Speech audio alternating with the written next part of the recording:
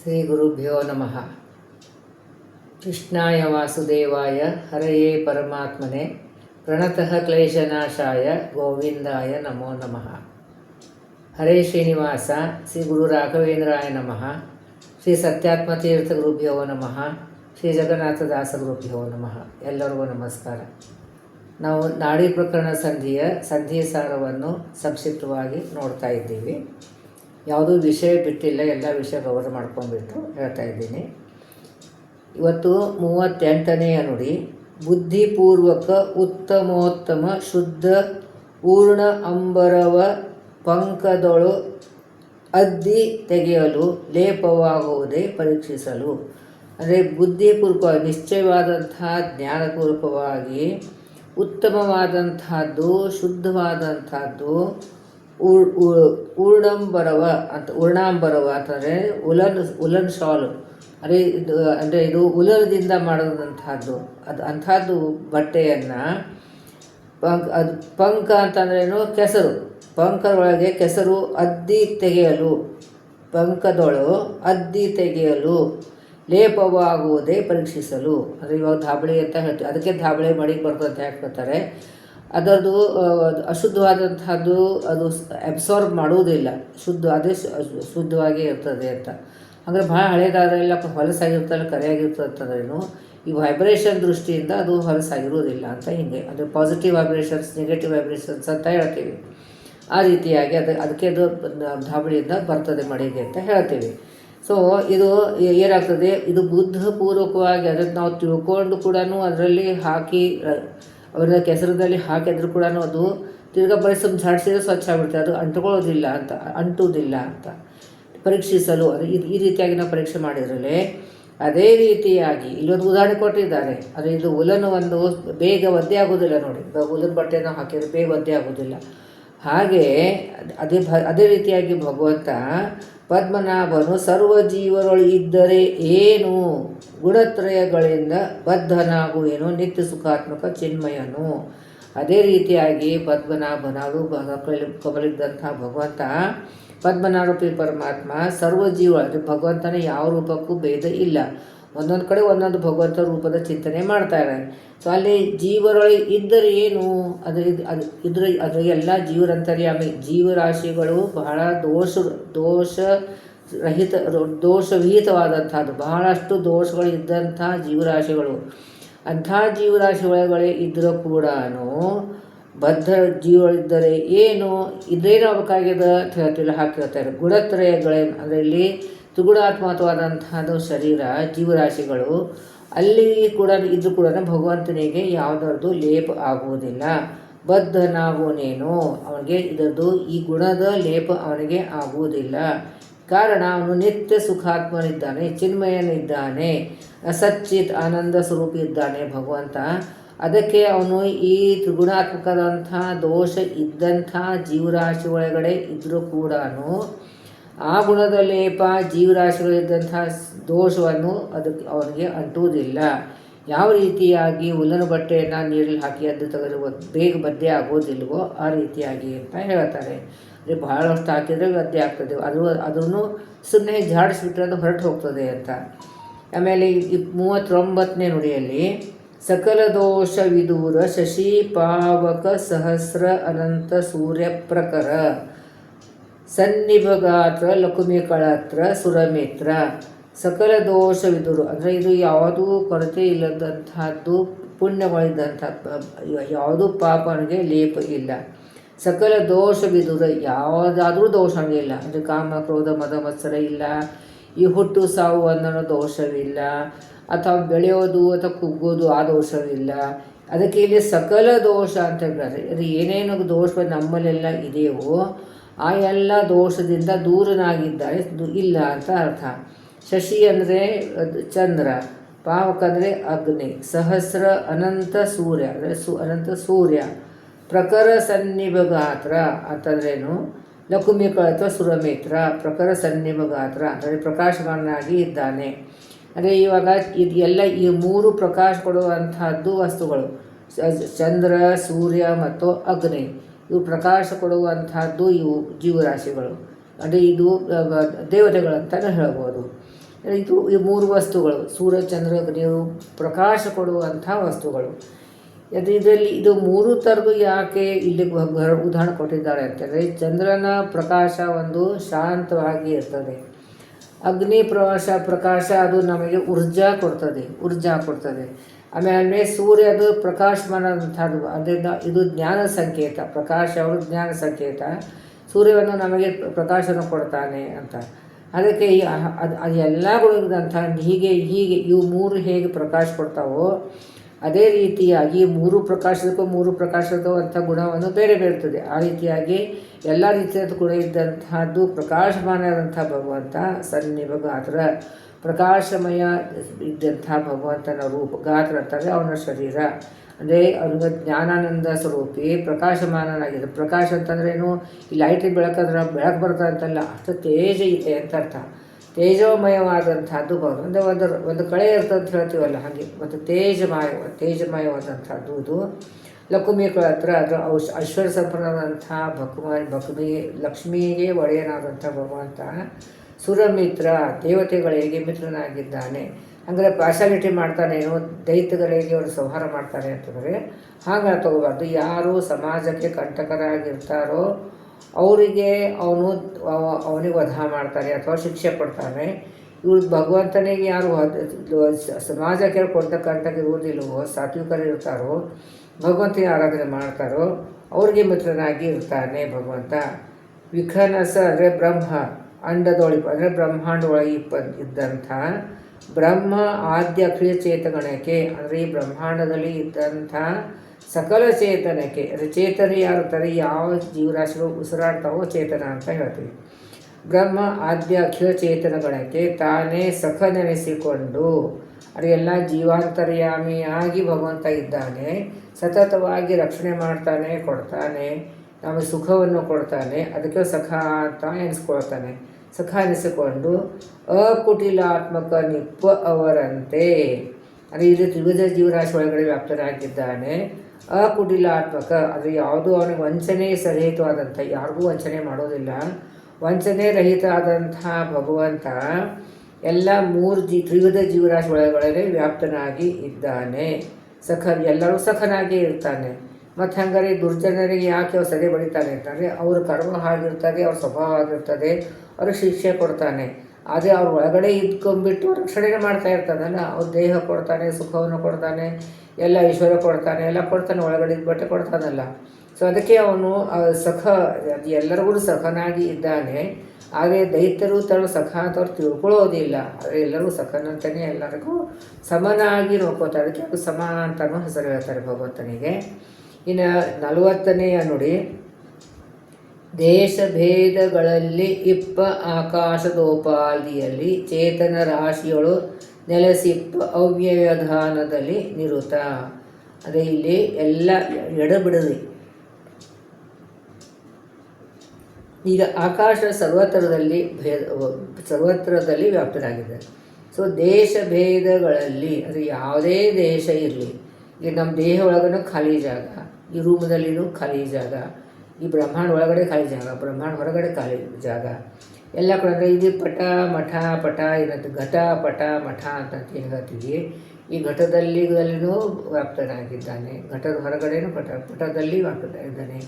ಹೀಗೆ ಭಗವಂತ ಎಲ್ಲ ಕಡೆಯೂ ಪೂರ್ತಿ ವ್ಯಾಪ್ತನಾಗಿ ಇದ್ದಾನೆ ಅಂತ ಹೇಳಿಬಿಟ್ಟು ಆಕಾಶದ ಉಪಾದಿಯಲ್ಲಿ, ಅಂದರೆ ಆಕಾಶ ಹೇಗೆ ಎಲ್ಲ ಕಡೆ ವ್ಯಾಪ್ತನಾಗಿದೆ ಅದೇ ರೀತಿಯಾಗಿ ವ್ಯಾಪ್ತನಾಗಿದ್ದಾನೆ, ಅಂದರೆ ಅವಕಾಶ ಪದನಾಗಿ ಇದ್ದಾನೆ.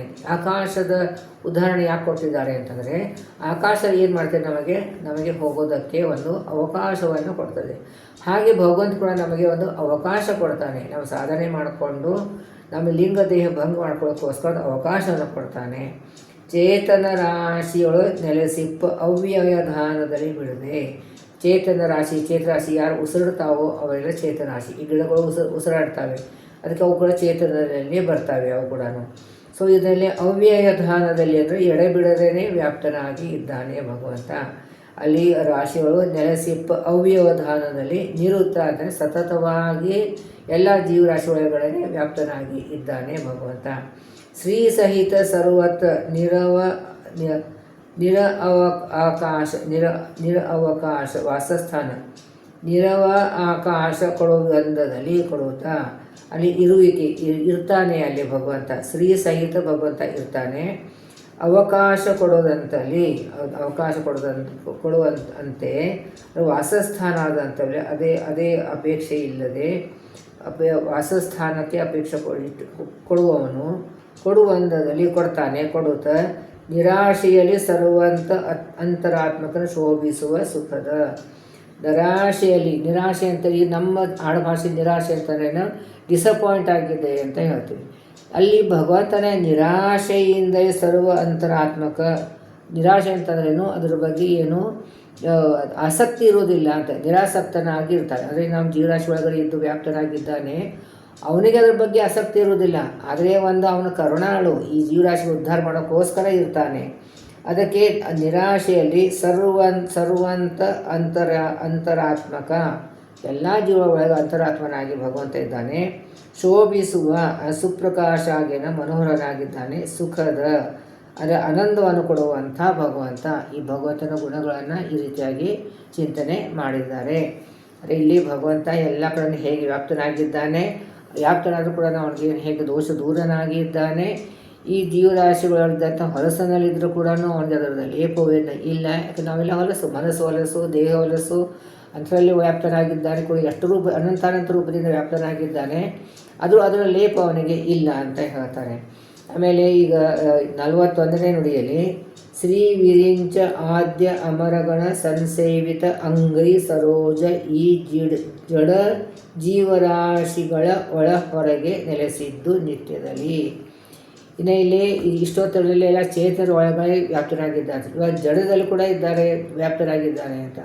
ಆದರೆ ನಮ್ಮದು ಇದು ದೇಹ ಜಡ, ಮಹಾಭೂತಗಳು ಜಡ, ಲಿಂಗ ಶರೀರ ಜಡ, ಅನಿರುದ್ಧ ಶರೀರ ಜಡ, ಎಲ್ಲ ಇದರಲ್ಲಿ ಕೂಡ ಅವನು ವ್ಯಾಪ್ತನಾಗಿದ್ದಾನೆ ಅಂತ.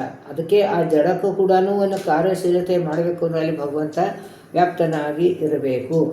ಅದಕ್ಕೆ ಶ್ರೀ ವಿರಿಂಚ ಆದ್ಯ ಅಮರಗಣ ಅಂದರೆ ಲಕ್ಷ್ಮೀ ಸಹಿತದಂಥ ಬ್ರಹ್ಮದೇವ ಮೊದಲಾದ ಲಕ್ಷ್ಮೀ ಬ್ರಹ್ಮದೇವರು ಮೊದಲಾದ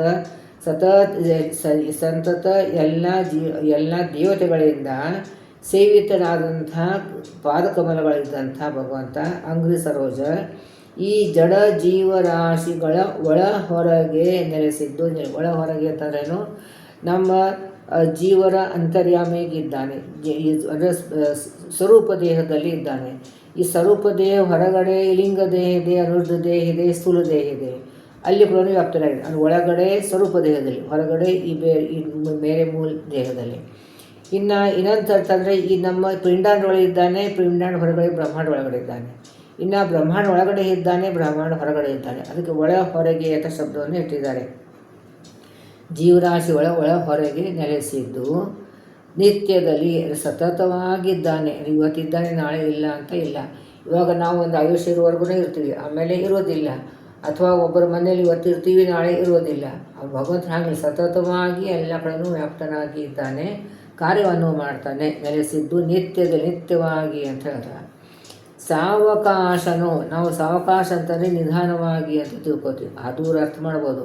ಅದೇ ಅವಕಾಶನು, ಅಂತಂದರೆ ಅವಕಾಶವನ್ನು ಕೊಡುವ ಸಹಿತವಾದಂಥ ಭಗವಂತ ಎನಿಸಿ, ಅದೇ ಅವಕಾಶಪ್ರದನಾದಂಥ ಭಗವಂತ ತನ್ನ ಕಳೆವರದಲ್ಲಿ ಇಂಬಿಟ್ಟು ಸಲಹುವ ಅಂತ ತಮ್ಮ ಪಂಚಮಹಾಭೂತಗಳ ಉಪಚಯ ಮಾಡಿದಂಥ ಕಾರಣ ಈ ಸೃಷ್ಟಿ ಸ್ಥಳೀಯಲ್ಲೆಲ್ಲ ಮಾಡ್ತಾನೆ.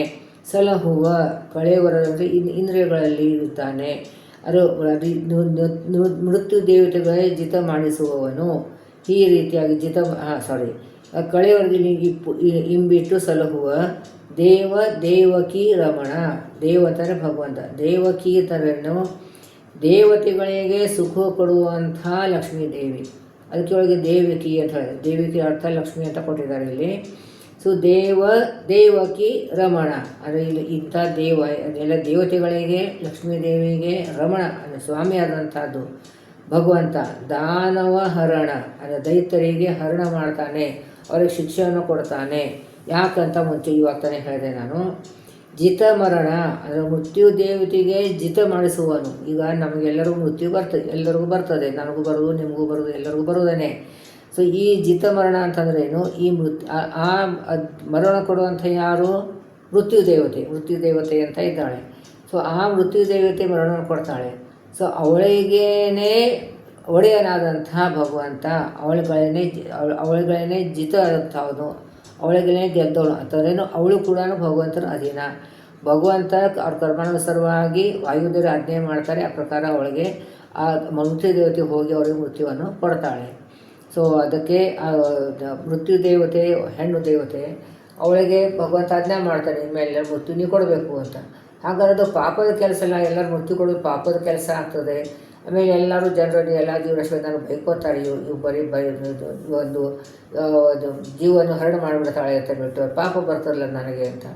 ಅದಕ್ಕೆ ಅವಳು ನಿನಗೆ ಭೃತ್ಯರು ಕೊಡ್ತೀನಿ, ಶಿಷ್ಯಂದರು ಕೊಡ್ತೀನಿ, ಅವರು ಹೋಗಿ ಮೊದಲು ಎಲ್ಲ ಒಂದು ಏನೋ ಒಂದು ಕಾರಣವನ್ನು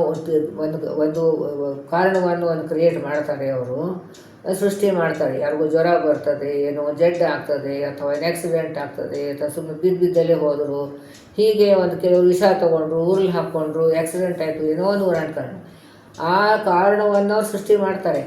ಆ ಕಾರಣದಿಂದ ಹೋದರು ಅಂತ ಅಂದ್ಬಿಟ್ಟು ಜನರು ಅಂತಾರೆ, ನಿನಗೆ ಯಾವ ದೋಷ ಕೊಡೋದಿಲ್ಲ, ಆಮೇಲೆ ನೀನು ಮೃತ್ಯು ಕೊಡುವ ನೀನೇನೆ. ಆದರೆ ಇವರೆಲ್ಲ ಕಾರಣನಾಗಿ ಸೃಷ್ಟಿ ಮಾಡ್ತಾರೆ ಅವರು, ಅದಕ್ಕೆ ನಿನಗೆ ಅದನ್ನು ಪಾಪ ಬರುವುದಿಲ್ಲ, ನಾನು ಅಜ್ಞಾನಿನ ಭಗವಂತ ಹೇಳಿದ್ಮೇಲೆ ಮೃತ್ಯು ದೇವತೆ ತಯಾರಾಗ್ತಾಳೆ. ಸೊ ಈ ಮೃತ್ಯು ದೇವತೆಗೇನೆ ಅವನು ಮೃತ್ಯು ದೇವತೆಗೇನೆ ಅವನು ಒಡೆಯನಾಗಿದ್ದಾನೆ, ಸ್ವಾಮಿಯಾಗಿದ್ದಾನೆ. ಅದಕ್ಕೆ ಜಿತ ಮರಣ ಅಂತ ಶಬ್ದವನ್ನು ಇಟ್ಟಿದ್ದಾನೆ. ಇದು ಸ್ವಲ್ಪ ಕಠಿಣವಾದಂಥ ಹಂತ ಮಾಡೇ ಕಠಿಣ ಇಲ್ಲ. ಅಂತೂ ಈ ನಾಡಿ ಪ್ರಕರಣ ಸಂಧಿಯನ್ನು ಎಲ್ಲರೂ ರೆಗ್ಯುಲರಾಗಿ ಎಲ್ಲ ಸಂಧಿಯನ್ನು ರೆಗ್ಯುಲರಾಗಿ ನೋಡಬೇಕು. ನಾನು 2 ಗ್ರೂಪದಲ್ಲಿ ಇದು ಲಿಂಕ್ ಹಾಕಿದ ಮೇಲೆ ಮಾತ್ರ ನಿಮಗೆ ನೋಡೋಕೆ ಬರ್ತಾಯಿದೆ. ಸೊ ಯಾರಿಗೆ ಆ್ಯಪಿಗೆ ಹೋಗಿ ನೋಡೋಕೆ ಬರೋದಿಲ್ಲ ಅವ್ರಿಗೆ ಇದನ್ನು ಹೇಳ್ತಾ ಇದ್ದೇನೆ. ನೀವು ಯೂಟ್ಯೂಬ್ ಹೋಗಿ ಕವಿತಾ ತೋರ್ವಿ ಅಂತ ಟೈಪ್ ಮಾಡಿದರೆ ನನ್ನ ಆ್ಯಪ್ ಬರ್ತದೆ. ಆ ಆ್ಯಪಿಗೆ ಸಬ್ಸ್ಕ್ರೈಬ್ ಮಾಡಿದರೆ, ನೀವು ಸಬ್ಸ್ಕ್ರೈಬ್ ಮಾಡಿರ್ತೀರಿ, ತುಂಬ ಜನ ಸಬ್ಸ್ಕ್ರೈಬ್ ಮಾಡಿದ್ದಾರೆ.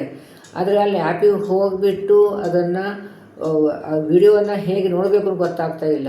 ನಾವು ಒಂದೊಂದೇ ಸಪ್ರೇಟ್ ವಿಡಿಯೋವನ್ನು ನಾನು 2 ಗ್ರೂಪಲ್ಲಿ ಹಾಕ್ತಾಯಿದ್ದೇನೆ. ಅಲ್ಲಿ ಹಾಕಿದ ಮೇಲೆ ಎಲ್ಲರೂ ನೋಡ್ತಾರೆ. ಸೊ ಅದನ್ನು ಕೂಡ ನೀವು ಎಲ್ಲರೂ ಕಲ್ತ್ಕೊಳ್ಳಿ.